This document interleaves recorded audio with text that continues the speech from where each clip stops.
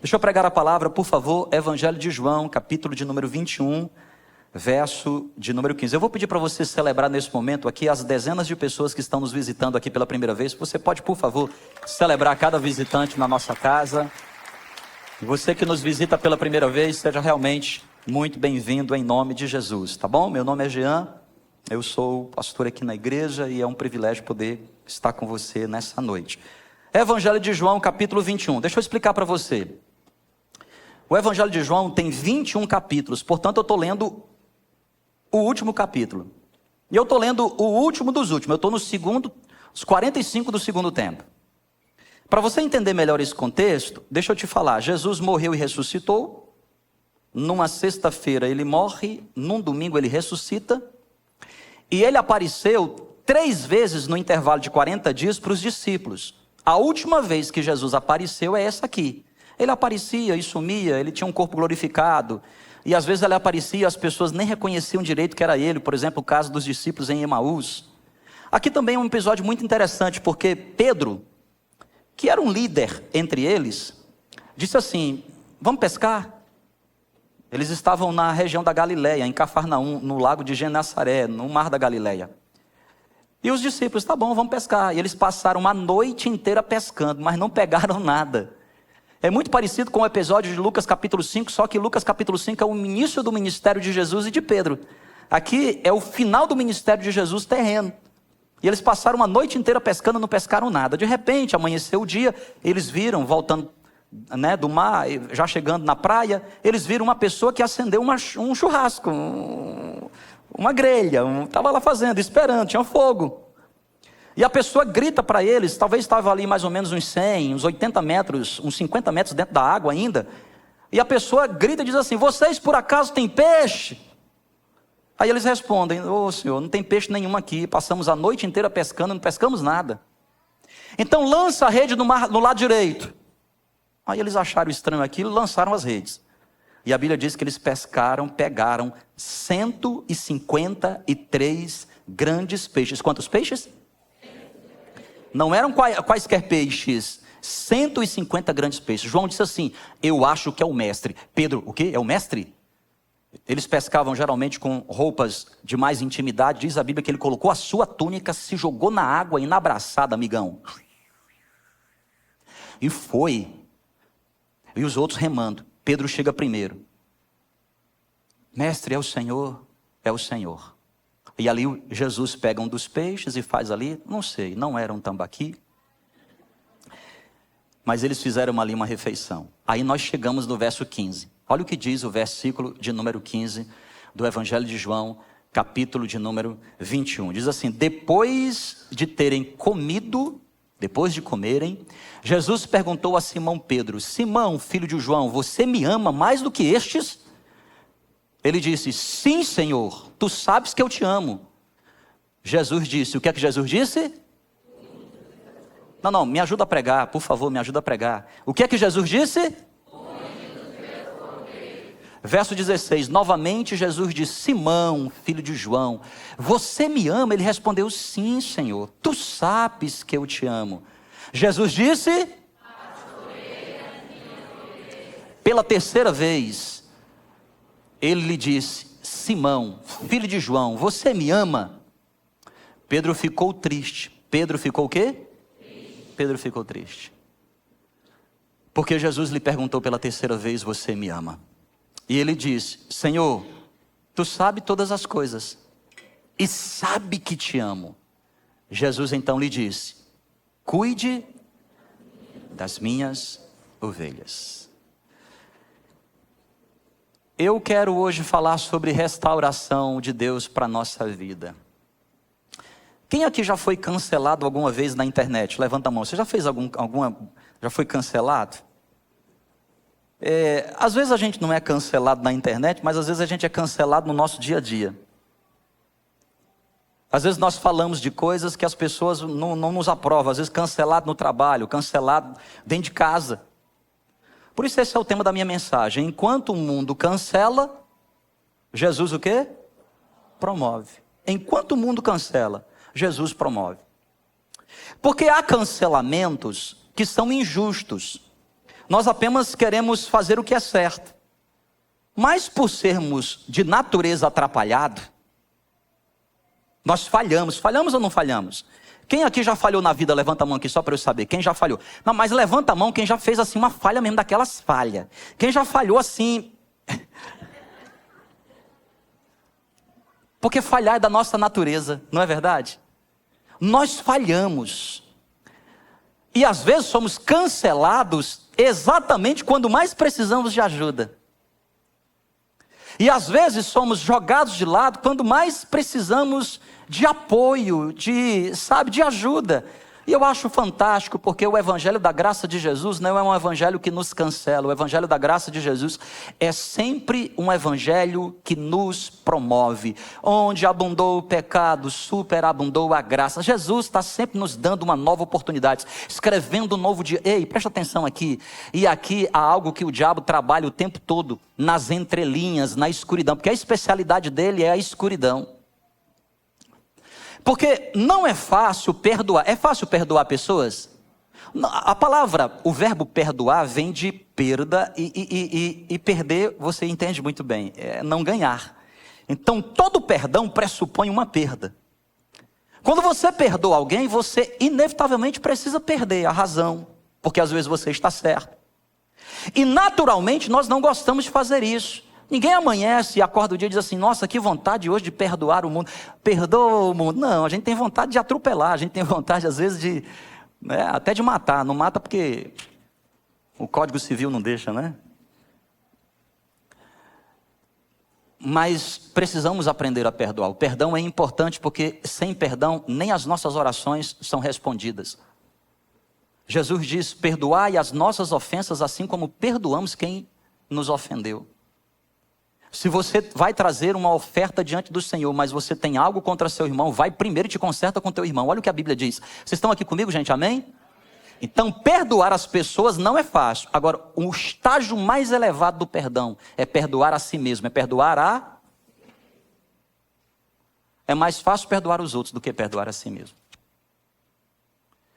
Eu não sei quantos lembram, mas na sexta-feira, pela manhã, quinta-feira à noite, Jesus estava tomando a ceia com os discípulos. Por volta da meia-noite ele foi levado preso. Na sexta-feira, às 15h, ele morreu crucificado. Mas de manhã, antes do dia amanhecer, Pedro negou Jesus quantas vezes? 3 vezes. Alguém chegou para Pedro e falou assim, eu acho que você é um deles. Sai daqui, eu não sou não. Nem conheço quem é esse daí. E Jesus estava sendo esbofeteado.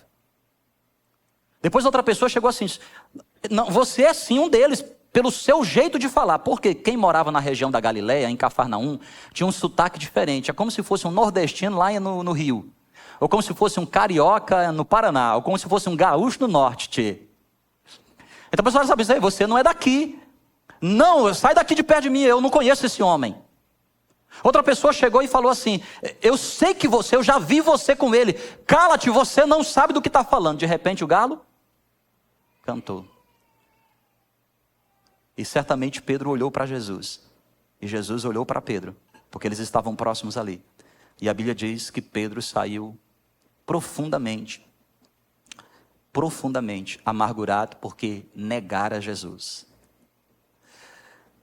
Enquanto nós mesmos nos cancelamos, Deus sempre está disposto a nos restaurar. E essa é uma noite em que eu venho aqui te dizer que Deus te chama para te dar uma nova oportunidade. Ele quer restaurar a tua vida, independentemente daquilo que você está vivendo.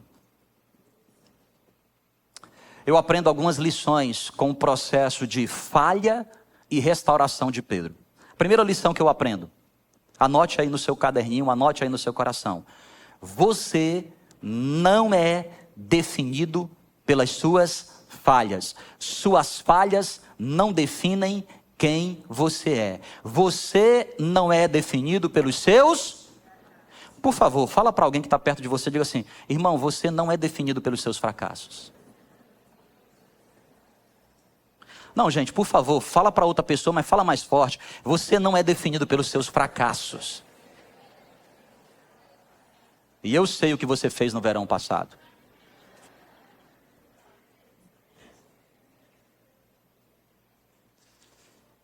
O Senhor chega para Pedro e diz assim: Pedro, eu sei o que está passando dentro de você, mas você não é definido pela sua falha. A sua falha ou as suas falhas são apenas um episódio da sua história. Porque eu não vejo as suas falhas. Eu vejo quem de fato você é. Sabe, gente, eu não sei se faz sentido para você, mas isso é uma das coisas mais maravilhosas que eu vejo no Evangelho da Graça de Jesus. Porque Jesus sempre está vendo a melhor parte de nós, aquilo que nós nem mesmo nós vemos. A Bíblia diz: dos teus pecados não me lembrarei jamais.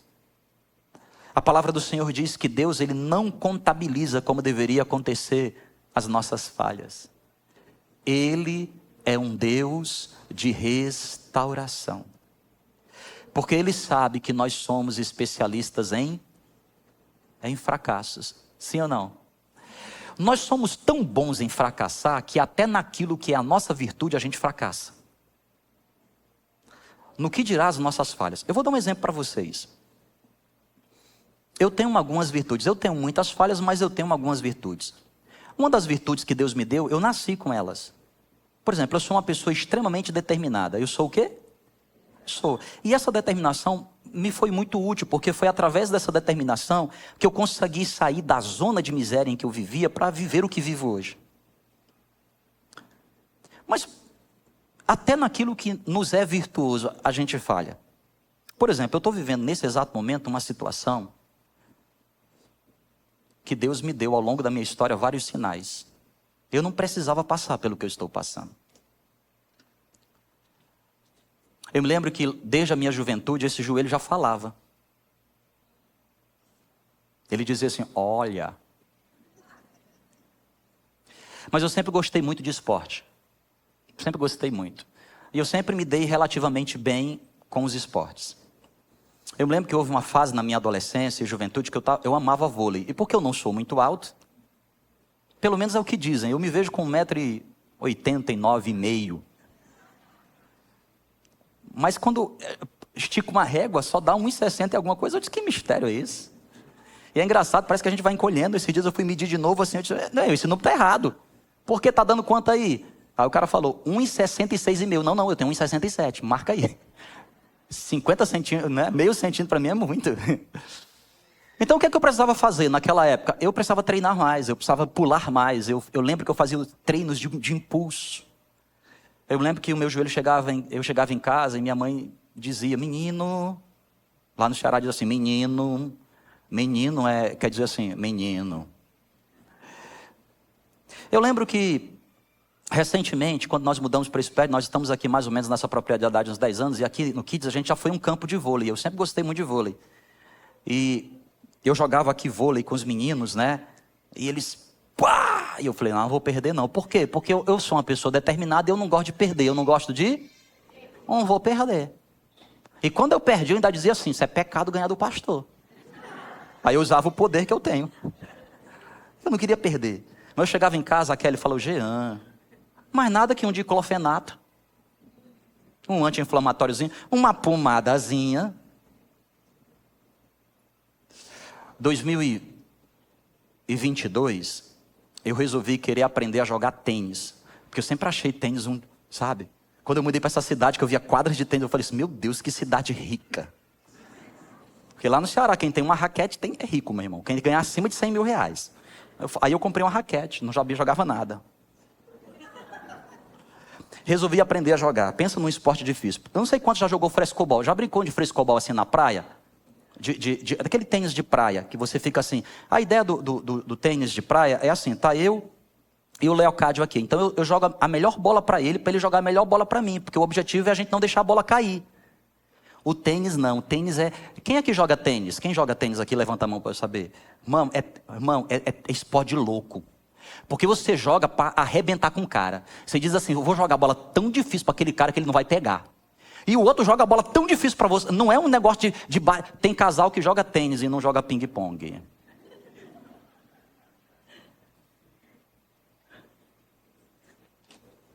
Aí eu falei assim, eu contratei um professor e disse: eu vou treinar, eu vou aprender esse negócio. Pena um esporte difícil.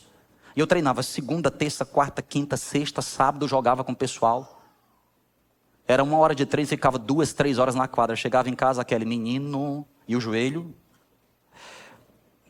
Vocês estão aqui comigo? Amém. Escuta, presta atenção. Nós somos tão bons em falhar, que até naquilo que somos bons, nós falhamos por excesso. Só que eu venho te dizer hoje à noite aqui em nome de Jesus. Jesus olha para você e não te define pelos seus fracassos.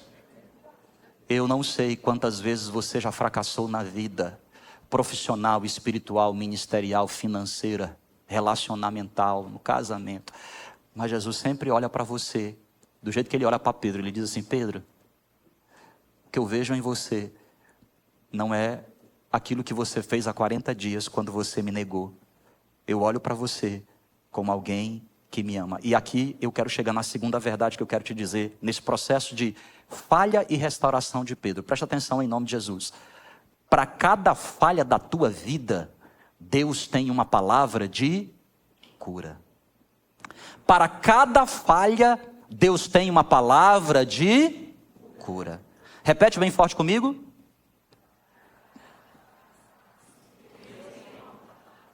Mais forte.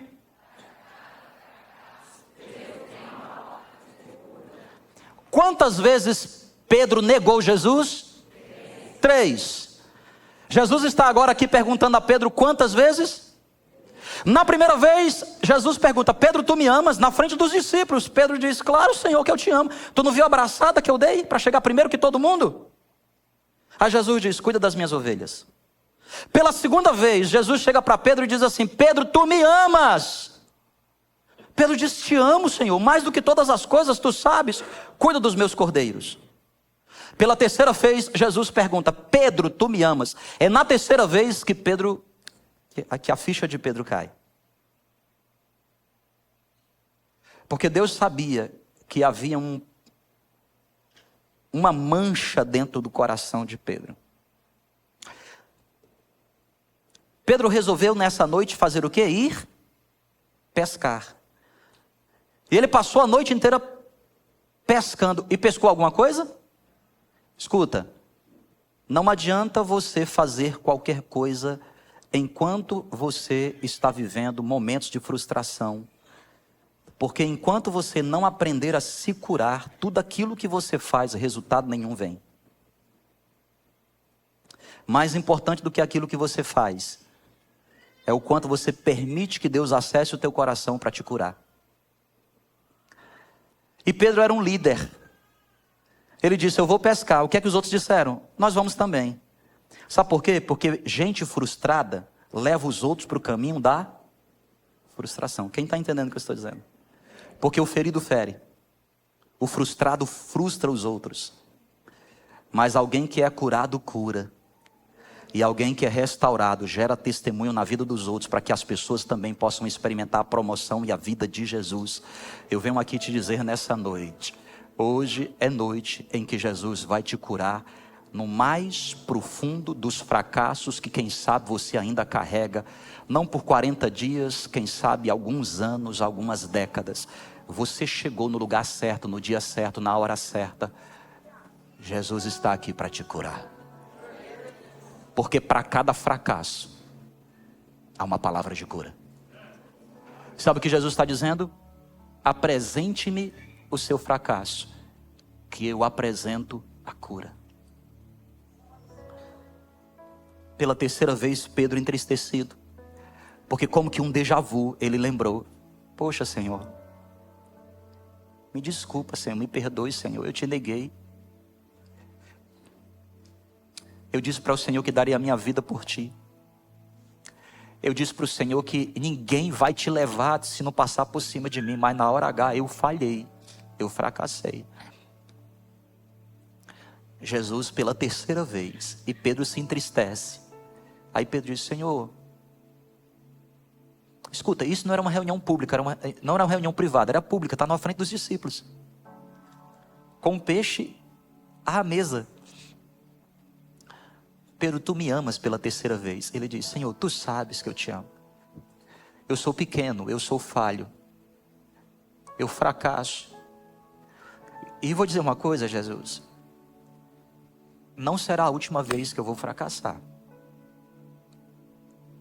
Eu vou fracassar. Mas eu te amo. No livro dos Salmos está escrito: ao justo lhe é permitido fracassar, mas a boa mão do Senhor nunca deixará o justo prostrado. A boa mão do Senhor te levantará. Hoje é o dia de que você vai se levantar. Sabe por que você vai se levantar? Porque aí nós chegamos na terceira e última lição que nós podemos aprender com o fracasso e a restauração de Pedro. Qual é, Jean? Deus pode transformar seus fracassos em o quê? Ministério. Deus pode.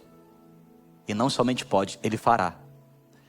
Ele transformará cada fracasso da sua vida num testemunho. Sabe por quê? 2 Coríntios capítulo 1 diz assim: com a consolação que somos consolados. Paulo diz assim: nós somos atribulados de todos os lados. De todas as formas somos atribulados.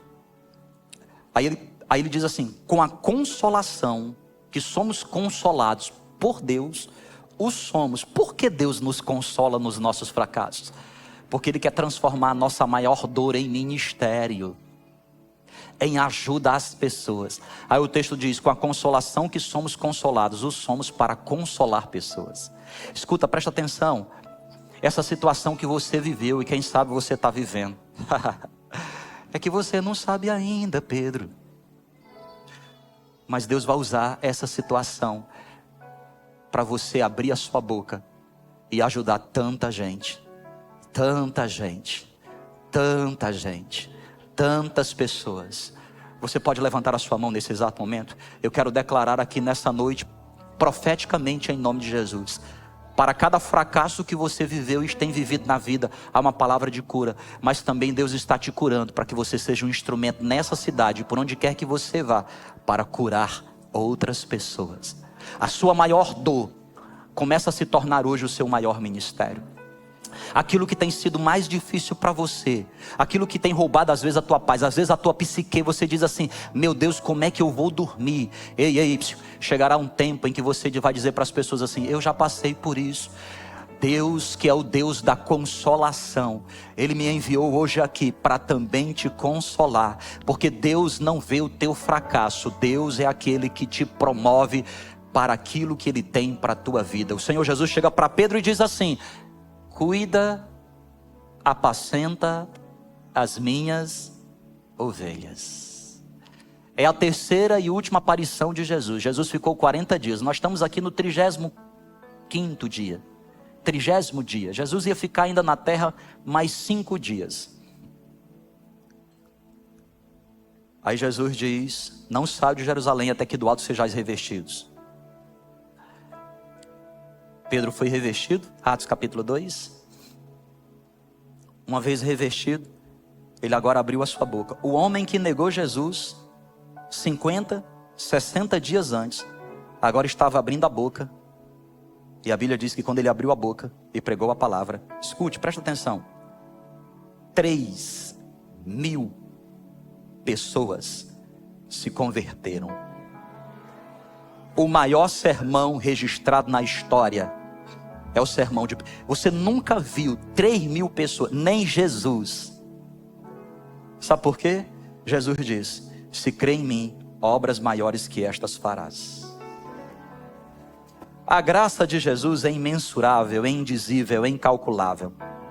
Ele pega uma pessoa improvável e até mesmo as nossas falhas para dizer para mim e para você: a sua identidade não é de fracassado, a sua identidade é de vencedor. Não deixe que o diabo, não deixe que os seus fracassos, e não deixe acima de tudo a sua mente pregar presepadas em você, dizendo: você não pode. Você pode sim. Sabe por quê?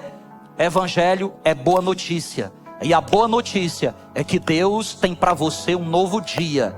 A boa notícia é que Ele hoje tem uma nova história para você. A boa notícia é que há uma oportunidade nova para você. Não importa o que tenha acontecido, o Deus que servimos é um Deus que promove. E usará cada fracasso e cada momento da sua vida. Porque Ele sabe que até nas suas virtudes você fracassa. Se nós fracassamos nas coisas que somos boas, o que dirá das coisas que são ruins? Enquanto nos cancelamos, enquanto as pessoas nos cancelam, enquanto o mundo nos cancela, Jesus nos promove.